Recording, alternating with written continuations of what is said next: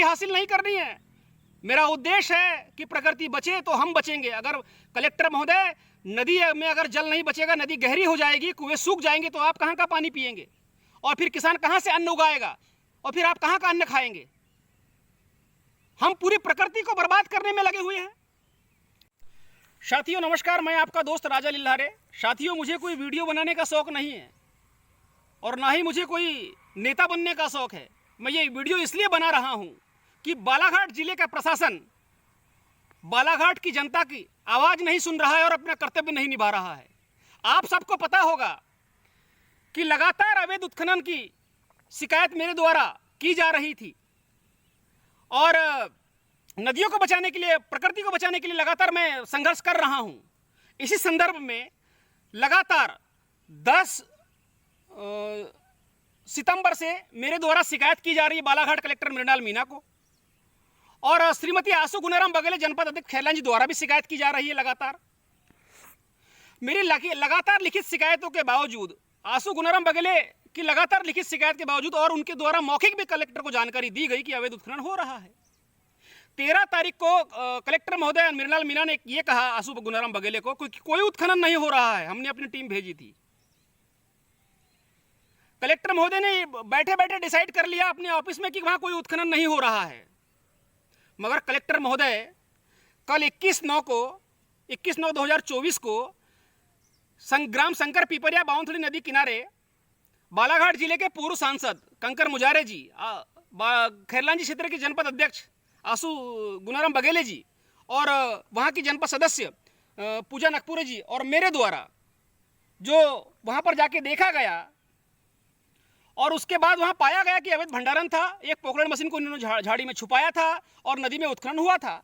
फिर हम लोगों के द्वारा प्रशासन को फोन किया गया। प्रशासन आने को खाली नहीं है, 4 घंटे तक वहाँ प्रशासन नहीं पहुँचा है। एक ग्रामीण का ट्रैक्टर पकड़ने के लिए माइनिंग विभाग आधे घंटे में पहुँच जाता है। अगर बालाघाट जिले के किसी ग्रामीण ने अपने घर के लिए रेत निकाल लिया, उसका ट्रैक्टर पकड़ने के लिए आधे घंटे में पहुँच जाता है माइनिंग विभाग, और हम वहाँ पर जाके बैठे 4 घंटे तक आप नहीं वहाँ पहुँच पा रहे। फिर मैंने आपको फ़ोन किया, आपने मुझे क्या कहा कि कल हमने माइनिंग के अधिकारी को भेजा था। जब मैंने माइनिंग के अधिकारी को पूछा कि कल आप आए थे, उन्होंने बोला कि हम नहीं आए थे। और जब माइनिंग के अधिकारी अगर आए भी थे, अगर वो झूठ बोल रहे या सच बोल रहे मुझे नहीं पता, तो फिर उन्होंने जब्ती 20 तारीख को जब आए थे बोल रहे हो, तो उन्होंने क्यों नहीं बनाई जब्ती? उन्होंने उसका पंचनामा क्यों नहीं किया भंडारण का, पोखरण मशीन का और घाट का? और फिर आपने मुझे ये कहा कि आप खातरकर से बात करो, माइनिंग से बात करो, ये उनका काम है, और खातरकर को फ़ोन लगाने के लिए कहा। जब मैंने खातरकर मुख्य खनिज अधिकारी को मैंने फ़ोन लगाया, 2 बार मेरे फ़ोन काट रहे हैं, मेरा फ़ोन रिसीव नहीं कर रहे हैं। ये किस तरह का खेल चल रहा है कलेक्टर महोदय? और ये बात बताने के लिए फिर पुनः आपको मैंने फ़ोन किया तो आपने भी मेरा फ़ोन काट दिया। ये चल क्या रहा है बालाघाट जिले में? आपने कहा श्रीमती आशु गुनाराम बघेले को कि कोई उत्खनन नहीं हो रहा है, हमारी टीम गई थी। फिर कल जो आपके अधिकारी ने 3 पंचनामे बनाए, ये क्या था कलेक्टर महोदय? आपसे मुझे बहुत आशा अपेक्षा थी, बहुत उम्मीद थी कि आप इस अवैध कार्य को रोकेंगे। एक तरफ आप जल जीवन मिशन की बात कर रहे हैं, नदियों को बचाने की बात कर रहे हैं और उसके लिए कार्यक्रम चला रहे हैं, और दूसरी तरफ नदी को बर्बाद कर रहे हैं। बालाघाट जिले की नदियां अपना अस्तित्व खोते जा रही है, लुप्त होते जा रही है। मैं आपसे निवेदन कर रहा हूं, फिर घड़ियाली आंसू रोएगा प्रशासन और शासन की नदियों को बचाना है, बर्बाद हो चुकी है लूटने के बाद, अभी लूट रही है, बर्बाद हो रही है, इसको बचा लो। मैं निवेदन कर रहा हूं फिर से आपसे। और कल पूरा घटनाक्रम होने के बाद, पूरा पंचनामा बनने के बाद फिर रात भर चोरी हुई है।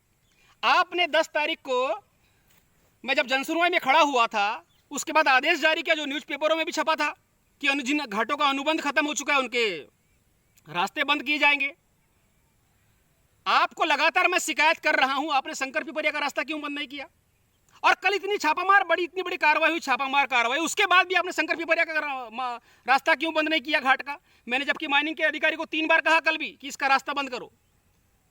क्या आप खुद चोरी करवा रहे हैं, इसलिए रास्ता बंद नहीं कर रहे हैं? अभी प्रतिबंध के बावजूद इतना बड़ा अवैध उत्खनन हो रहा है कलेक्टर महोदय, और कितना बड़ा भंडारण है आप देख सकते हैं। वहां पर जाकर आपके अधिकारी ने उसका पंचनामा बनाया है।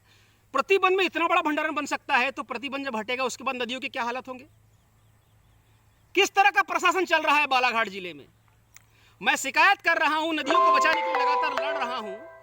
आप मेरे ऊपर कार्रवाई करने के लिए प्रशासन के लोग षड्यंत्र कर रहे हैं, मुझे झूठा फंसाने के लिए षड्यंत्र कर रहे हैं, मगर नदियों को बचाने के लिए नहीं कर रहे। तो आप तनख्वाह किस बात की ले रहे हैं? आप किस लिए इस कुर्सी पर बैठे हुए हैं? आपसे मैं पुनः निवेदन कर रहा हूं कि बालाघाट जिले की नदियां बर्बाद होती जा रही है, बचा लो उसे। मेरा उद्देश्य कोई नेता बनना नहीं है, मुझे कोई पॉपुलैरिटी हासिल नहीं करनी है। मेरा उद्देश्य है कि प्रकृति बचे तो हम बचेंगे। अगर कलेक्टर महोदय, नदी में अगर जल नहीं बचेगा, नदी गहरी हो जाएगी, कुएं सूख जाएंगे, तो आप कहां का पानी पिएंगे? और फिर किसान कहां से अन्न उगाएगा? और फिर आप कहां का अन्न खाएंगे? हम पूरी प्रकृति को बर्बाद करने में लगे हुए हैं।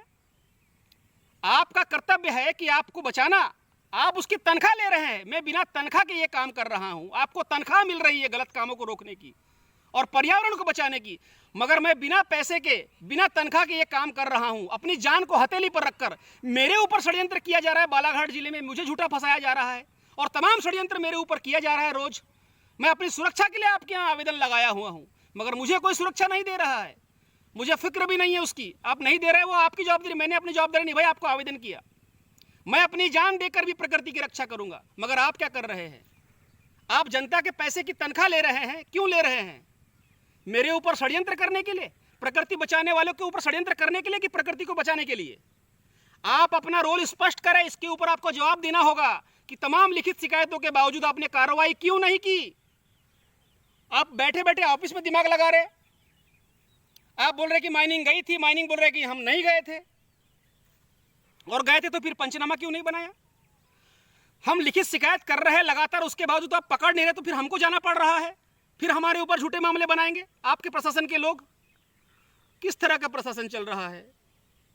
मुख्यमंत्री को कई बार ये वीडियो भेज चुका हूं मैं। इस प्रदेश के मुखिया मोहन यादव क्या कर रहे हैं?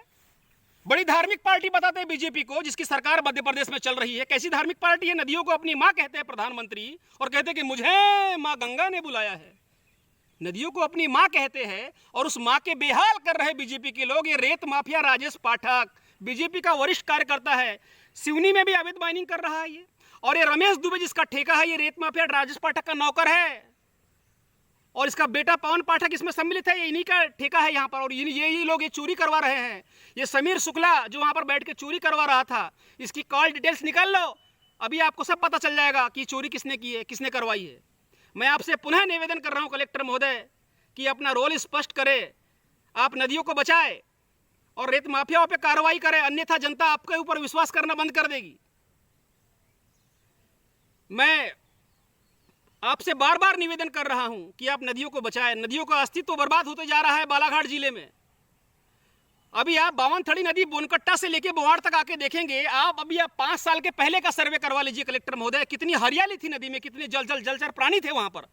सब नष्ट हो चुका है, नदियों को पूरा वीरान कर दिया गया है। बावनथड़ी नदी अपना अस्तित्व खोती जा रही है, वैनगंगा नदी अपना अस्तित्व खोती जा रही है, और आप खामोश बैठे हैं। पता नहीं आप किसके लिए आए हैं? जनता के लिए? आप जनता के नौकर है या रेत माफियाओं के नौकर है? मुझे समझ नहीं आ रहा है। ये चेहरा आपको स्पष्ट करना होगा। धन्यवाद।